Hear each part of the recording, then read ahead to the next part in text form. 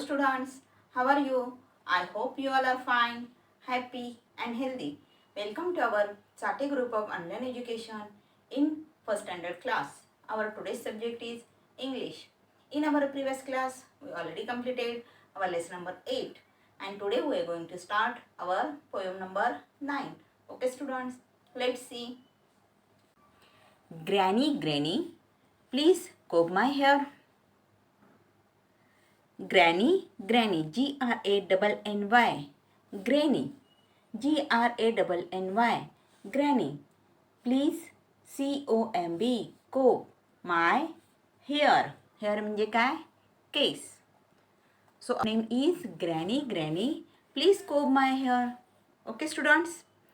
Articles A and ह्या लेसनमध्ये आपल्याला काय काय ग्रॅमॅटिकली पार्ट शिकायचं आहे.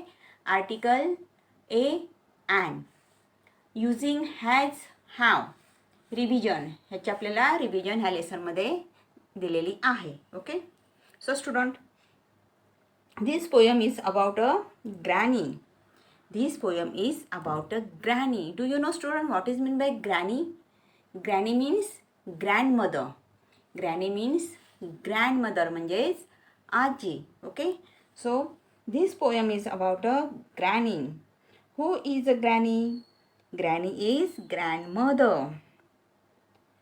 This is a poem describing a relationship between grandmother and granddaughter. This poem is describing a relationship between grandmother and granddaughter. Grandmother आणि granddaughter म्हणजे आजी आणि नात ह्यांच्यामधले जे काही रिलेशन आहे ते आपल्याला ह्या पोयममधून शिकवलेलं आहे. Okay students, so let's read first this poem. Granny, granny, please comb my hair. Granny, granny, please comb my hair. You always take your time. You always take such care. You always take your time. You always take such care. You put me to sit on a cushion. You put me to sit on a cushion between your knees. Between your knees. You rub a little coconut oil. You rub a little coconut oil, parting gently as a breeze. Mummy, Mummy, she's always in a hurry rush. Mummy, Mummy, she's always in a hurry rush. She pulls my hair, sometimes she tugs. But Granny, you have all the time in the world. And when you are finished, you always turn my head and say, now who's a nice girl? Poet name is Grace Nichols. Grace Nichols. ही poem कोणी लिहिलेली आहे?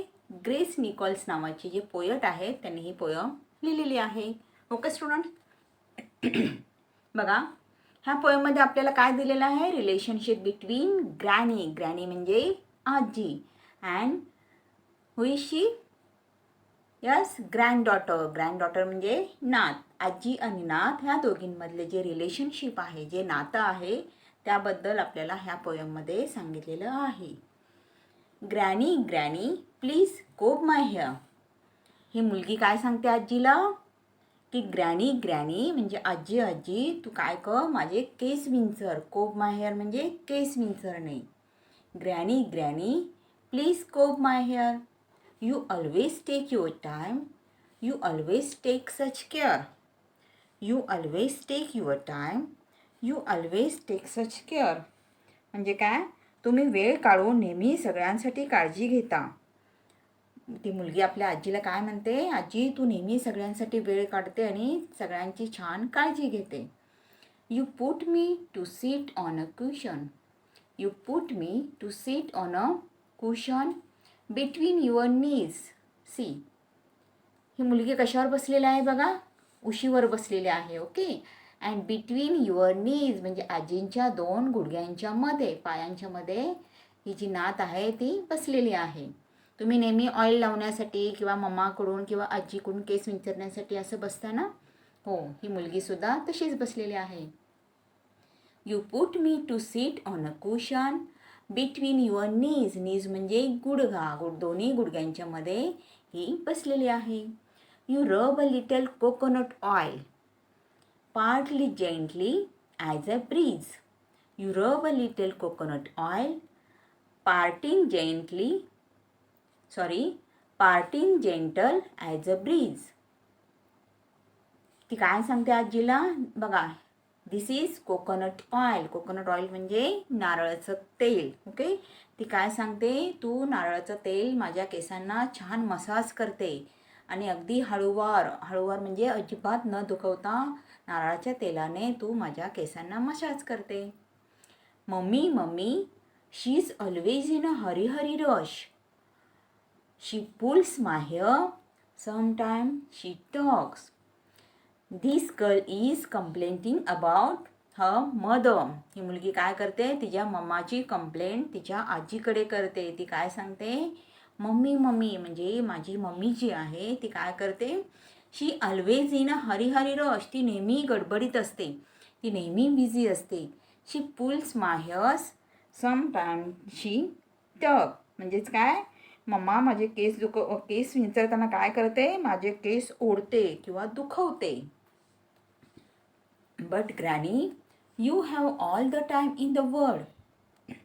But granny you have all the time in world म्हणजे तुला मात्र माझ्यासाठी नेहमी वेळ असतो. And when you are finish, आणि जेव्हा तुझं ऑइल मसाज करून किंवा केस विंचरून होतं, you always turn my head and say.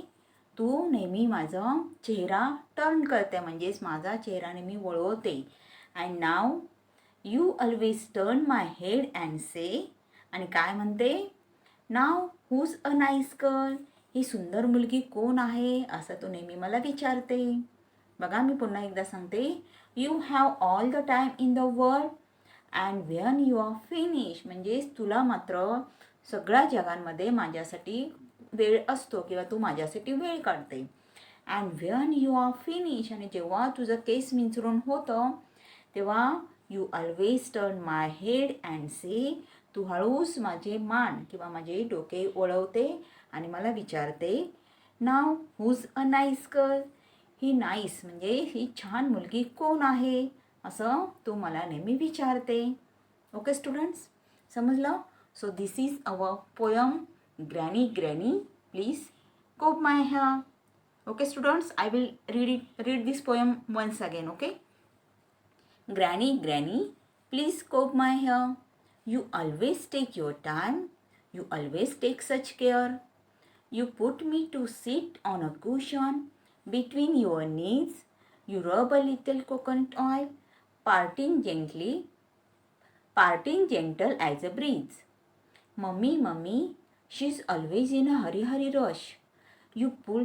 She pulls my hair. Sometimes she tugs. But Granny, you have all the time in the world. And when you are finished, you always turn my head and say, now who's a nice girl? Okay students? Okay students, I hope you understood this poem. We will stop here. We will meet again in our next class. Till that, stay home, stay safe. Bye students.